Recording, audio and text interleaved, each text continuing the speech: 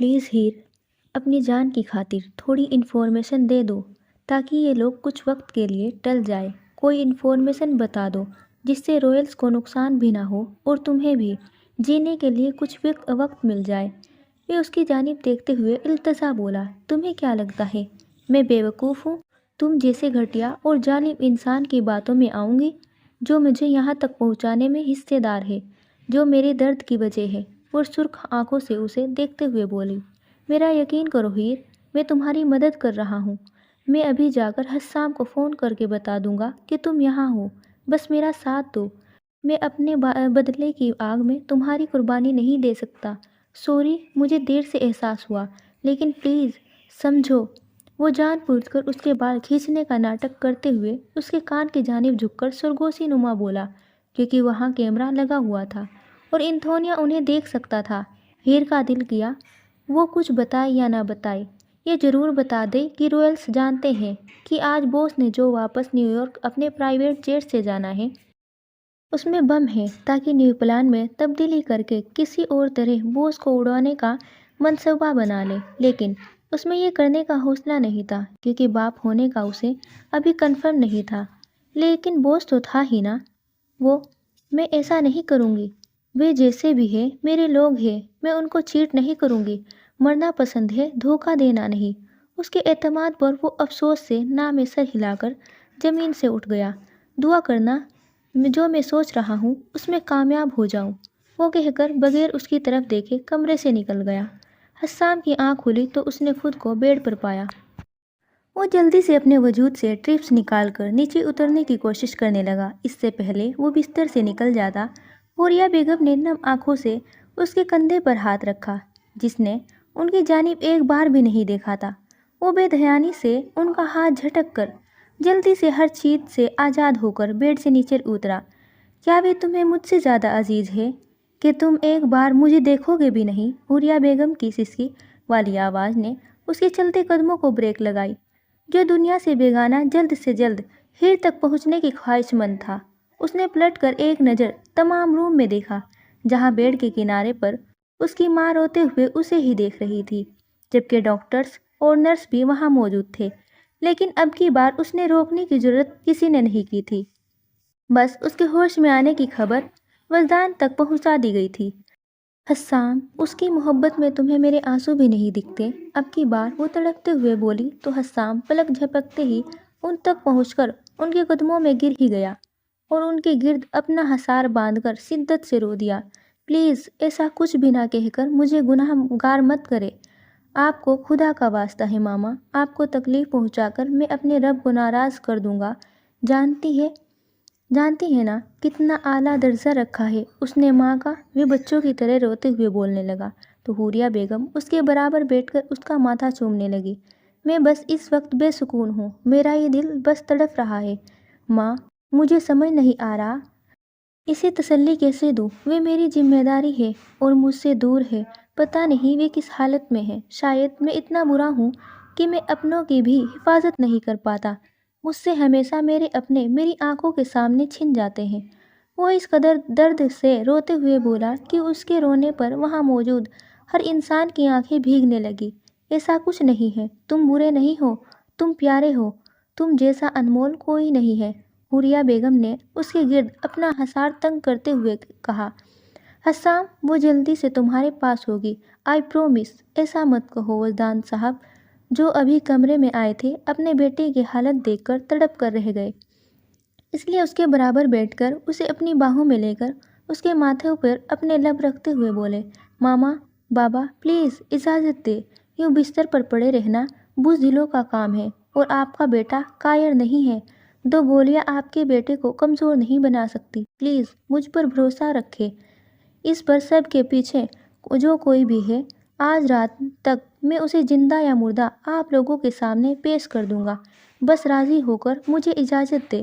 ویسے بھی جب تک وہ پاک ذات نہیں چاہتی میری چلتی سانسیں کوئی نہیں روک سکتا، مجھے اس ظالم تک پہنچنے دے۔ وہ ان دونوں کے سامنے اپنے ہاتھ پھیلاتا ہوا بولا۔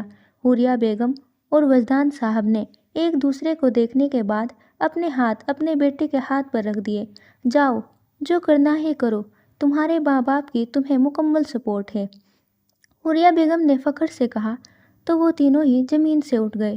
اسی پل ایک آدمی حسام کے روم میں آیا اور اسے فون دے کر کہا کہ ہنٹر نامی شخص کی اس کو کال آ رہی ہے۔ کیا چاہتے ہو تم؟ حسام جانتا تھا وہ یوں ہی کال نہیں کرے گا، اس لیے دانت پیستے ہوئے بولا، لیکن سامنے سے ملتے جواب پر اس کی آنکھیں پھیلی۔ کہاں ہے وہ؟ اگر تم نے مجھ سے جھوٹ بولا تو تمہیں دنیا کے کسی بھی کونے سے ڈھونڈ نکال کر زندہ زمین میں گاڑ دوں گا۔ اس کے لہجے میں کوئی بھی نہیں بتا سکتا تھا کہ وہ ابھی ابھی موت کو چھو کر واپس آیا ہے۔ نہ جانے کیا جواب دیا گیا، وہ جواب پر سر ہلاتا رہا۔ تم میری حفاظت کی فکر مت کرو، میں کچھ دیر میں وہاں موجود رہوں گا، وہ سلگتے لہجے میں کہہ کر موبائل فون زور سے دیوار پر مار گیا، جس کی وجہ سے وہ ٹکڑے ٹکڑے ہو کر زمین پر گر گیا۔ میں جانتا ہوں ہیر کہاں ہے، ہمیں جلد سے جلد اس تک پہنچنا ہے، وہ کہہ کر چینج روم کی جانب بڑھ گیا۔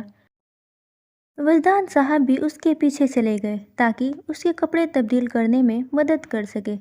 اس کمرے میں جو کچھ بھی ہوا ہے اس کی خبر چار دیواری سے باہر نہیں ہونی چاہیے۔ حوریہ بیگم نے جھلسی نگاہوں سے سب ڈاکٹر اور نرسوں کو دیکھتے ہوئے وارن کیا، جس پر انہوں نے فوراً ہاں میں سر ہلایا۔ اس دفعہ تمہیں کوئی چوٹ پہنچی تو مجھ سے برا کوئی نہیں ہوگا، وجدان صاحب نے حوریہ بیگم کے ساتھ سیڑھیاں اترتے ہوئے حسام کو وارن کیا۔ جی بابا، آئی پرومس، مجھے آنچ بھی نہیں آئے گی، وہ پھرتی سے سیڑھیاں اترتے ہوئے بولا۔ آہستہ چلو حسام، اور تم اکیلے نہیں جا رہے، تمہارے ساتھ وحاظ اور حاجق بھی جائیں گے۔ اس سے پہلے وہ آگے نکل جاتا، وجدان صاحب نے اونچی آواز میں کہا تو وہ جلدی سے ہاں میں سر ہلا کر حاجق کے آفس کی جانب بڑھ گیا، کیونکہ وہ اپنے بابا کی پریشانی سمجھ رہا تھا، اس لیے ان کو تکلیف پہنچا کر وہ کچھ بھی نہیں کرنا چاہ رہا تھا۔ چلو اٹھو حاجق، میں جانتا ہوں ہیر کہاں ہے، وہ جلدی سے حاجق کے آفس میں داخل ہو کر وحاظ صاحب اور حاجق کو دیکھتے ہوئے بولا۔ لوکیشن بتاؤ، میں نیٹ سے سرچ کرتا ہوں، حاجق نے کہا تو حسام نے جلدی سے لیپ ٹاپ کی جانب جھک کر وہاں ٹائپ کرنے لگا۔ یہ تو وہی لوکیشن ہے جہاں ہم لاسٹ بار ہیر کو لینے پہنچے تھے، حاجق نے اپنے بالوں میں ہاتھ پھیرتے ہوئے کہا۔ ہاں تو انتھونیو اسی مینشن کی بیسمنٹ میں رکھا ہے، مجھے یہی انفارمیشن ملی ہے، حسام نے دور ہو کر کہا۔ یہ کوئی ٹریپ بھی ہو سکتا ہے، وحاظ صاحب بولے۔ نہیں، اس کی آواز سے پتہ چل رہا تھا کہ وہ سچ کہہ رہا ہے۔ او میرے خدایا، ہم اس کے اتنے قریب ہو کر واپس آ گئے، حاجق نے جھجلاتے ہوئے کہا۔ گاڑیاں باہر تیار ہے، نکلو آپ لوگ، وجدان صاحب نے کمرے میں آ کر انہیں انفارم کیا تو وحاظ اور حسام دروازے کی جانب بڑھ گئے۔ رکو، ہمیں یہ دیکھنا چاہیے، حاجق جو لیپ ٹاپ بند کرنے والا تھا انتھونیو کی ویڈیو کال پر اسے ریسیو کر کے لیپ ٹاپ سب کی جانب کرتے ہوئے بولا۔ او آئی سی، رویلز بلیک، تمام لوگ اس مشکل وقت میں ایک ساتھ کھڑے ہیں، کٹ دا کریپ، اور ہمیں بتاؤ کہ تم آخر چاہتے کیا ہو، وجدان صاحب غصے سے گرائے۔ او وجدان، تم اتنے ہی بے صبر ہو رہے ہو تو پہلے یہ دیکھو، اس نے کہہ کر کیمرے کا رخ ہیر کی جانب کر دیا تو اس کے ایک آدمی نے ہیر کے بالوں کو پکڑ کر اس کا رخ کیمرے کی جانب کیا۔ اس کی حالت دیکھ کر وہاں موجود تمام لوگوں کے وجود میں اذیت کی لہر دوڑی، مگر بغیر کچھ ری ایکٹ کیے خالی نگاہوں سے اسکرین کی طرف دیکھنے لگے۔ تمہاری منگیتر بہت خوبصورت ہے حسام، ہیر ہیلو بولو اپنے ہینڈسم فیونسے کو، انتھونیو نے اسکرین کے اس پار حسام کی جانب اشارہ کرتے ہوئے طنزیہ ہنسی اپنے چہرے پر سجاتے ہوئے کہا، جس پر وہ سختی سے اپنے لب آپس میں بھیج گئی۔ تبھی انتھونیو کا ہاتھ اٹھا اور ہیر کے چہرے پر اپنے نشان چھوڑ گیا۔ اسے چھونے کی جرات بھی مت کرنا ورنہ میں تمہیں جان سے مار دوں گا، حسام جو تب سے ہمت کا مظاہرہ کر رہا تھا ایک دم سے اس سے ہارتے ہوئے آگ بگولا ہو کر بولا۔ اس کا بس نہیں چل رہا تھا لیپ ٹاپ کی اسکرین توڑ کر دو حصے کر دے۔ واؤ، تم رویلز مجھے امپریس کرنے کا موقع کبھی نہیں جانے دیتے، تمہاری لڑکی اس وقت میرے قبضے میں ہے اور تم میں پھر بھی اتنی ہمت ہے کہ مجھے یوں دھمکا رہے ہو، لگتا ہے تھوڑا سبق سکھانا پڑے گا، انتھونیو نے شیطانی قہقہہ لگا کر پاس پڑے ٹیبل سے چاقو اٹھایا، اس کا ارادہ بھانپتے ہوئے اسکرین کی دوسری طرف تمام لوگوں کے رونگٹے کھڑے ہو گئے۔ مت کرنا یہ پلیز، تمہیں جو چاہیے میں تمہیں دینے کے لیے تیار ہوں، بس ہیر کو کچھ مت کرنا پلیز۔ حسام ہوش میں آ کر باقاعدہ گڑ گڑایا۔ اس پر انتھونیو نے رک کر اس کی طرف دیکھا۔ حسام ودان رویل بھیک مانگ رہا ہے، کیا دلکش شمع ہے۔ نکلوانا تو تم سے بہت کچھ ہے، لیکن فی الحال تمہیں تڑپتے دیکھنا ہے، اس نے تفاقی سے کہہ کر وہ چاقو ہیر کی دھائی پہ مار دیا۔ ہیر کی چیخ نے اس کمرے کی در و دیوار کو ہلا کر رکھ دیا۔ اس کو اتنی تکلیف پہنچانا جتنے تم بعد میں برداشت کر سکو، قسم اس پاک ذات کی، تم موت کو ترسو گے، میں تمہیں وہ بھی نصیب نہیں ہونے دوں گا، ہر زخم کا حساب لوں گا، تمہاری زندگی موت سے بدتر بنا دوں گا۔ گہری اور سرد آواز ہوا میں گونجی تو سب نے پلٹ کر بولنے والے کی جانب دیکھا، جہاں کوئی اور نہیں بلکہ جہانجیب صاحب بذات خود کھڑے تھے۔ او ہیر، دیکھو بابا آئے ہیں، بیچارے جو کچھ نہیں کر سکتے۔ جہانجیب جو ابھی ابھی اس آفس میں داخل ہو کر بولے تھے، انتھونیو نے ہیر کو کہا، جو بے یقینی سے سامنے کھڑے وجود کو دیکھنے لگی، جسے اس نے جب سے وہ آئی تھی آج پہلی بار دیکھا تھا۔ اس کی بچپن کی یادیں لی تھی، لیکن یہ چہرہ عام تو نہیں تھا جسے وہ بھول جاتی۔ اب ذرا بس اس میں اتنی تبدیلی آئی تھی کہ بالوں میں کہیں کہیں سفید رنگت بھی تھی۔ بابا، وہاں سب جرے لب بڑبڑائے، جبکہ باقی سب بھی بے یقینی سے انہیں دیکھنے لگے۔ حسام، جو دل کے کسی کونے میں اس بات پر شک رکھتا تھا، لیکن آج وہ شک یقین میں بدل گیا تھا۔ اوپس، تم نے اپنی فیملی کو بھی سچ نہیں بتایا ہوا، انتھونیو طنز لہجے میں بولا۔ تم وہ سب چھوڑو، یہ سنو، جس کے باپ نے اس کی بیٹی کی حفاظت کی خاطر ساری عمر اس سے جدائی کاٹی ہو، آج اسی بیٹی کی جان پر بنی ہو، تو وہ باپ کیا کرے گا؟ انہوں نے بہت سکون سے پوچھا، لیکن ان کی آنکھوں میں ایک طوفان سا اٹھ رہا تھا، جس کی لپیٹ میں سب کچھ بہت جلد آنے والا تھا۔ کیا؟ کچھ بھی نہیں۔ ان کے لہجے میں کچھ ایسا تھا کہ دو پل کے لیے انتھونیو کی زبان بھی لڑکھڑائی تھی، مگر وہ خود کو کمپوز کرتے ہوئے بولا، بربادی، تباہی، سب ملیامیٹ ہوگا، سب کا سب۔ وہ خون جھلکاتی آنکھوں سے اسکرین کی اس پار دیکھتے ہوئے دہاڑے، جس پر وہاں موجود سب کا وجود کپ کپایا۔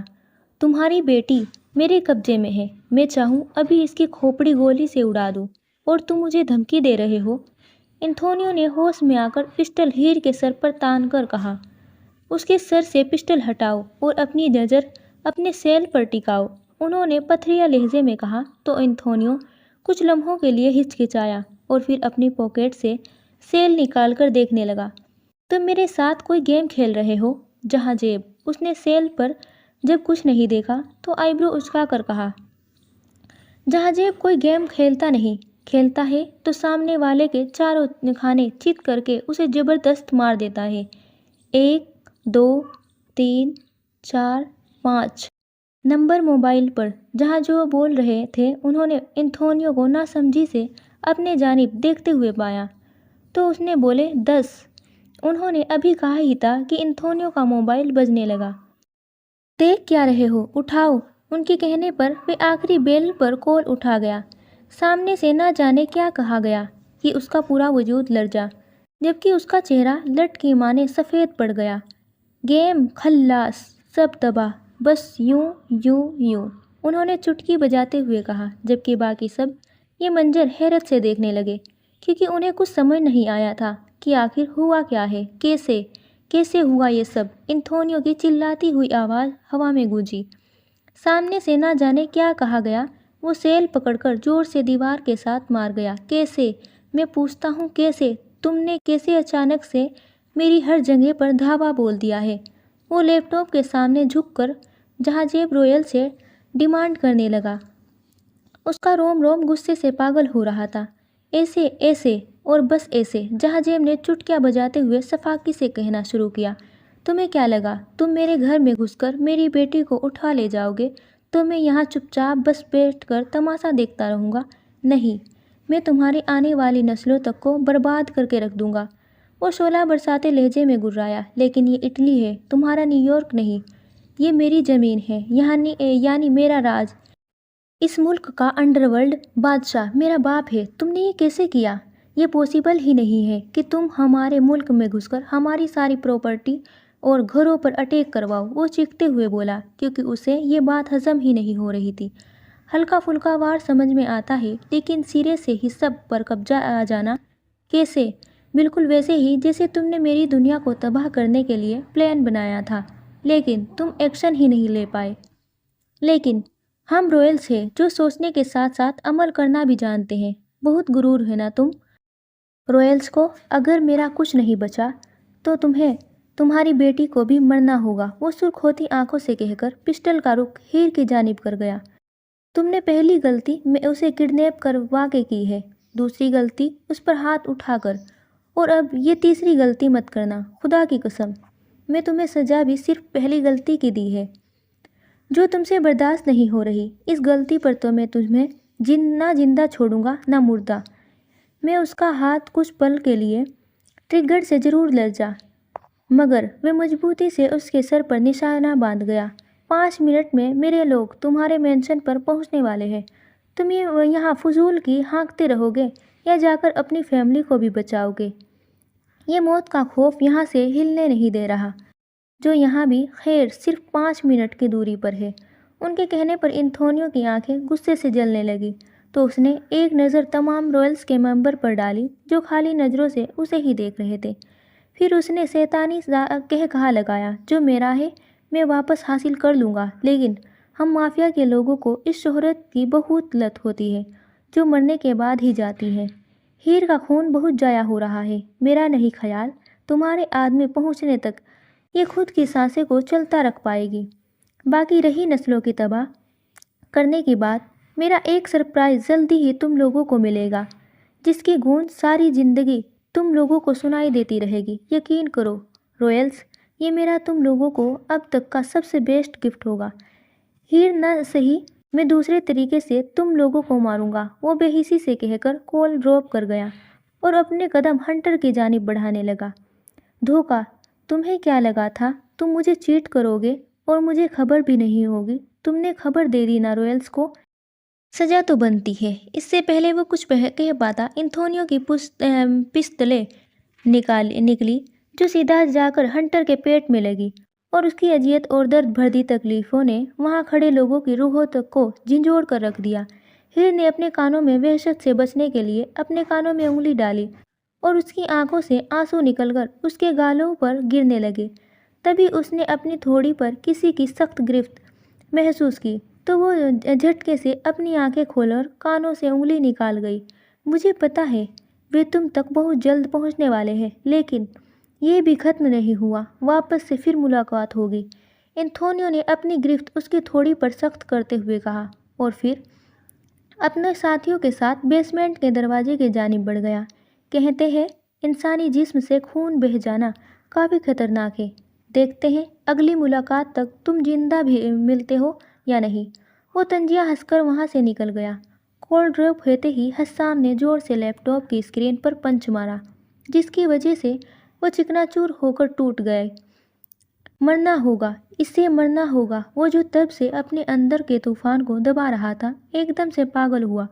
انتھونیو کے سرپرائز کی بات کر رہا ہے، وہاج نے پریشانی سے کہا۔ ہو سکتا ہے وہ ہمیں صرف پریشان کرنا چاہ رہا ہو تاکہ ہم بوکھلا کر کچھ غلط قدم اٹھائیں جس کا فائدہ وہ اٹھا سکے، حاجک نے سوچتے ہوئے کہا۔ ہیر آپ کی بیٹی ہے۔ حسام، حاجک اور یاور، تم تینوں فوریسٹ ہاؤس جاؤ۔ ہیر زخمی ہے، میں نہیں چاہتا میرے آدمی اسے کسی پرائیویٹ ہاسپٹل میں لے جائے اور پولیس کیس بنے جو ہیر کو مزید الجھنوں میں لے جائے گا۔ میں چاہتا ہوں پرسکون لائف گزارے، اس لیے تم تینوں نکلو۔ باہر گاڑیاں اور سیکیورٹی گارڈز کھڑے ہیں۔ انہوں نے وجدان کے سوال کو نظر انداز کر کے حسام لوگوں کو دیکھتے ہوئے حکمیہ لہجے میں کہا۔ وہ دونوں ہی آباد میں سر ہلا کر نکل گئے۔ اس کے بعد انہوں نے ایک کال ملائی، انتھونیو اگنوسیا یہاں سے نکلنا نہیں چاہیے، وہ مجھے کسی بھی صورت میں چاہیے، وہ بھی زندہ۔ کچھ بھی کرو، بے شک شہر کو کرفیو لگاؤ یا ملک کو، بس وہ چاہیے۔ ایک غلطی کی سزا ابھی باقی ہے جو مجھے اسے دینی ہے۔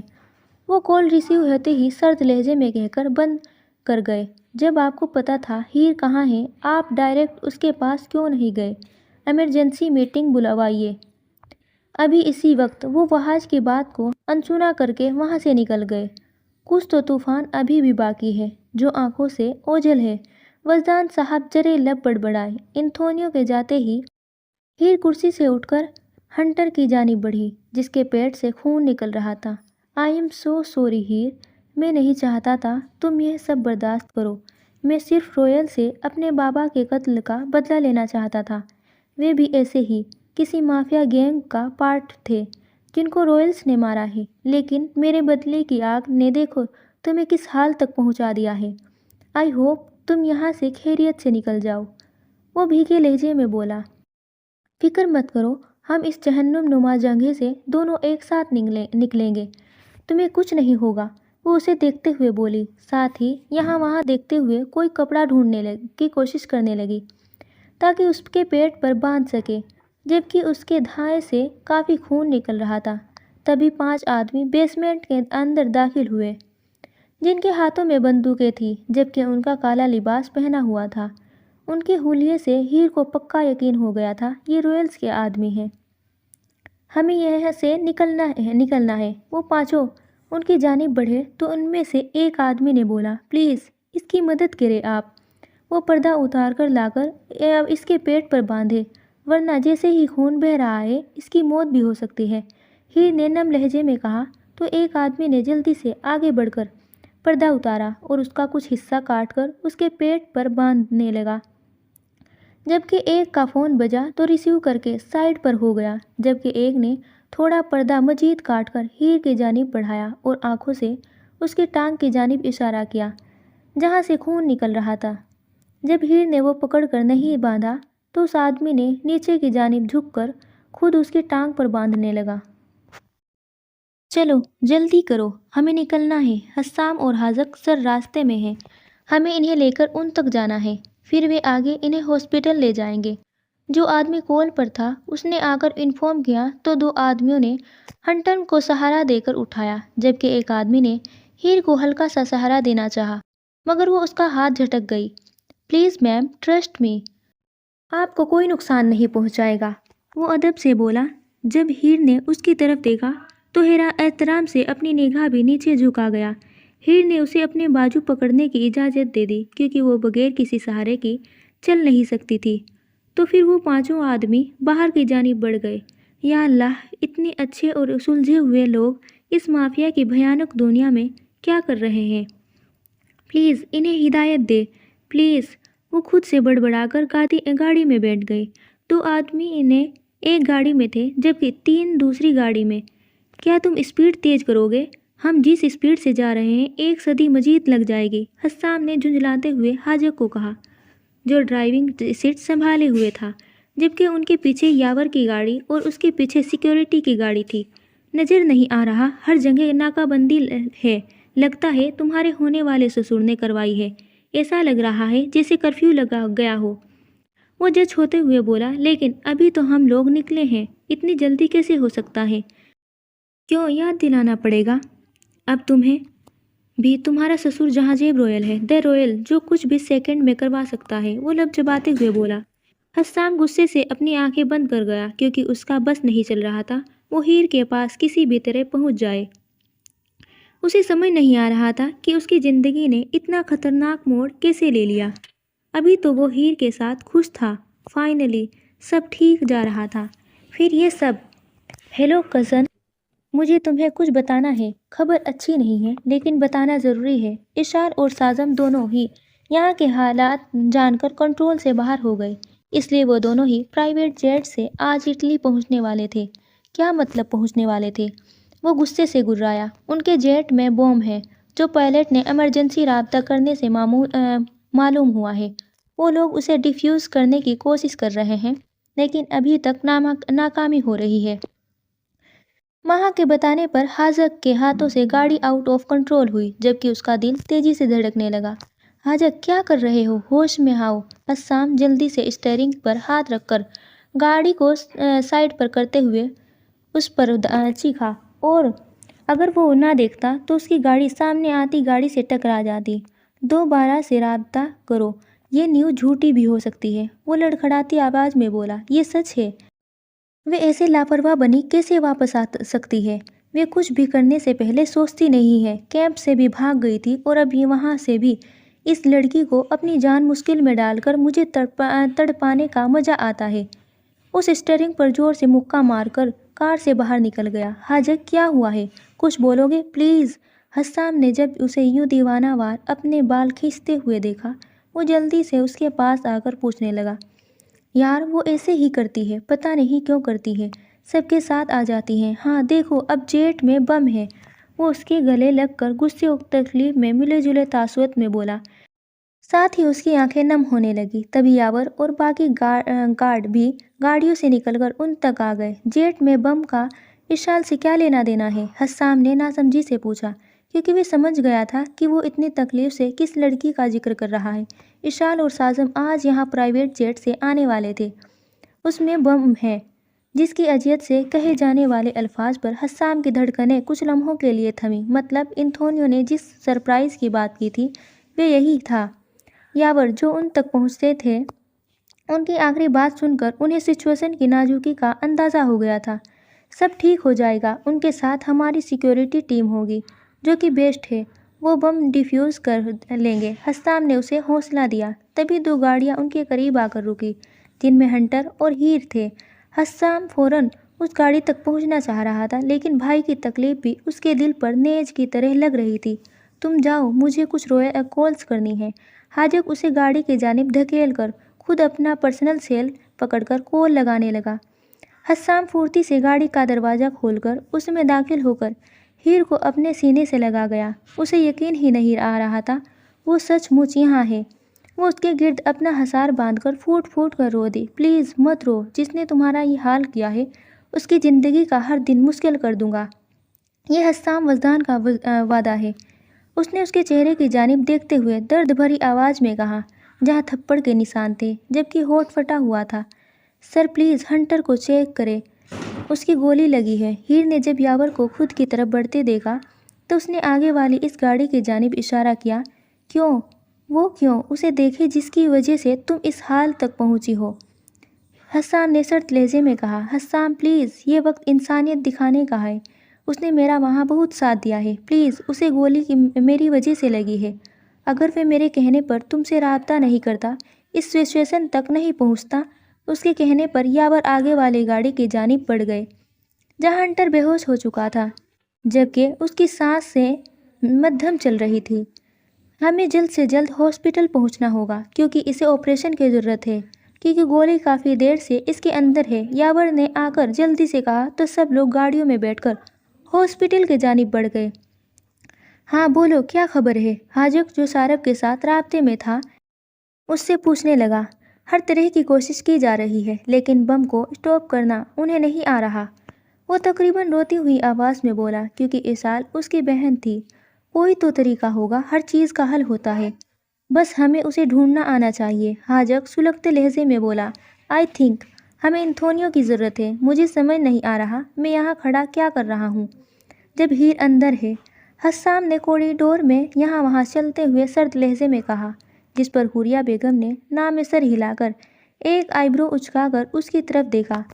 وہ غصے سے اپنے بالوں میں ہاتھ پھیر کر کرسی پر بیٹھ گیا۔ قسم سے مجھے یقین نہیں آ رہا ان باسٹرڈ نے مجھ پر کمرے میں جانے سے پابندی لگا دی ہے، وہ دانت پیستے ہوئے بولا۔ حسام تم جیسے ہی کمرے میں داخل ہوئے تم نے ان بیچارے ڈاکٹرز پر اپنا رعب جھاڑنا شروع کر دیا۔ وہ اتنے نروس ہو گئے کہ ان سے اپنا کام ٹھیک طریقے سے نہیں ہو پا رہا تھا۔ یہ تو پھر بھی ان کی بہادری ہے جو وہ تمہیں کمرے سے باہر نکالنے میں کامیاب ہو گئے، حوریہ نے اپنے بیٹے کو افسوس سے دیکھتے ہوئے کہا، جس کا غصہ کسی طرح کم نہیں ہو رہا تھا، اور وہ صرف ابھی تک اپنی ماں کی موجودگی کا لحاظ کر کے زیادہ ادھم نہیں مچا رہا تھا۔ لیکن ماما، مجھے اس کے پاس بیٹھ کر اس کا ہاتھ تھامنا چاہیے، وہ اتنے درد میں ہے، اس نے پہلی بار ایسی سچویشن کا سامنا کیا ہے، مجھے اس پل اس کے قریب ہونا چاہیے، نہ کہ یہاں باہر۔ وہ احتجاجاً بولا تو حوریہ بیگم نے اس کے الفاظ میں بے قراری صاف محسوس کی۔ میں جانتی ہوں ہیر ہماری دنیا میں نہیں ہے، اسے ایسے ماحول میں رہنے کی عادت نہیں ہے، لیکن ہو جائے گی، تم جانتے ہو ہم سب لوگ فیملی ہیں جو ایک دوسرے کی جان کی حفاظت کی خاطر کسی بھی حد تک جائیں گے، اور یہ تو پھر بھی بہت خوش قسمت ہے، اس کے پاس 100 لوگ ہیں جو اس دنیا کے لیے بہت انمول ہے۔ تم اور جہاں جیب رویل، وہ اس کے دونوں ہاتھ اپنے ہاتھوں میں پکڑ کر اسے سمجھاتے ہوئے بولی۔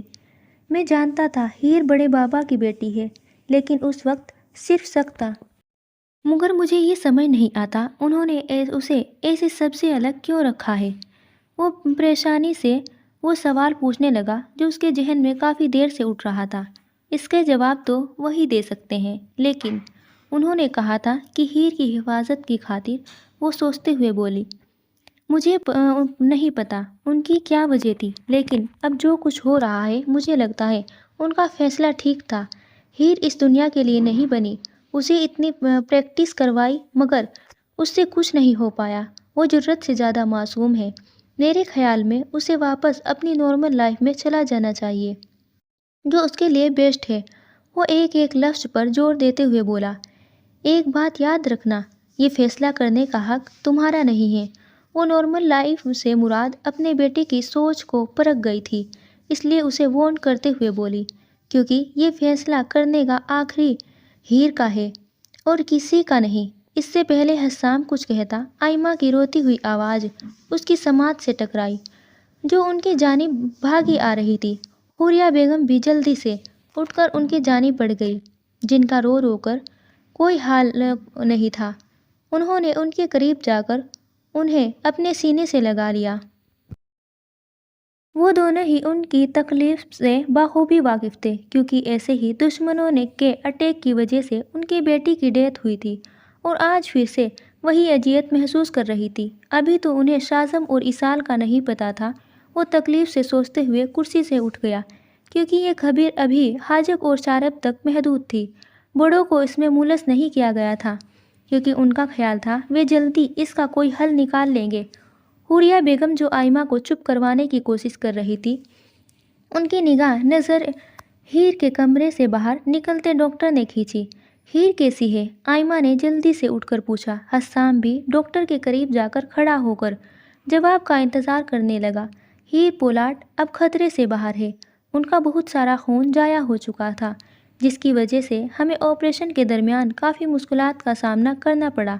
ان کے تھائی کا زخم کافی گہرا ہے، یہی وجہ ہے کہ ان کے خون سے زیادہ بہہ جانے کی وجہ سے کہ ان کے علاوہ ان کی 2 ریبس ٹوٹ گئی ہے، لیکن شکر ہے انہیں سر پر کسی قسم کی چوٹ نہیں آئی ہے۔ لیکن آپ لوگ گھبرائیں مت، ان کی حالت پہلے سے اب کافی بہتر ہے، انہیں مکمل آرام کی ضرورت ہے، جلدی ٹھیک ہو جائے گی۔ کیا وہ اٹھ گئی ہے؟ ڈاکٹر کے مختصر بتانے پر حوریہ نے سوال کیا۔ آئی ایم سوری میم، لیکن ابھی نہیں۔ جیسے کہ میں نے آپ کو بتایا ہے کہ ان کے وجود میں کافی خون ویسٹ ہو چکا ہے، اس لیے ابھی وہ کافی کمزور ہے، انہیں ریسٹ کرنے دیں۔ جیسے ہی ان میں تھوڑی طاقت آئے گی وہ ہوش میں آ جائے گی۔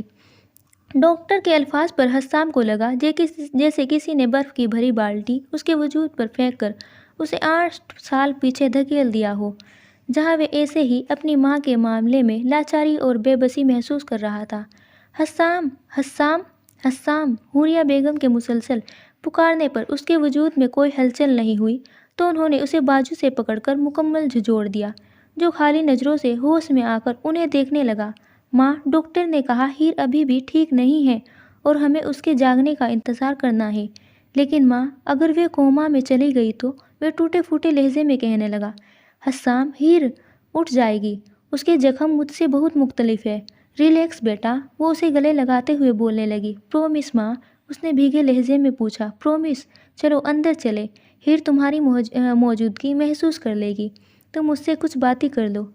وہ اس کا ہاتھ پکڑ کر آئمہ بیگم کی سنگت میں روم کا دروازہ کھول کر اندر داخل ہو گئے۔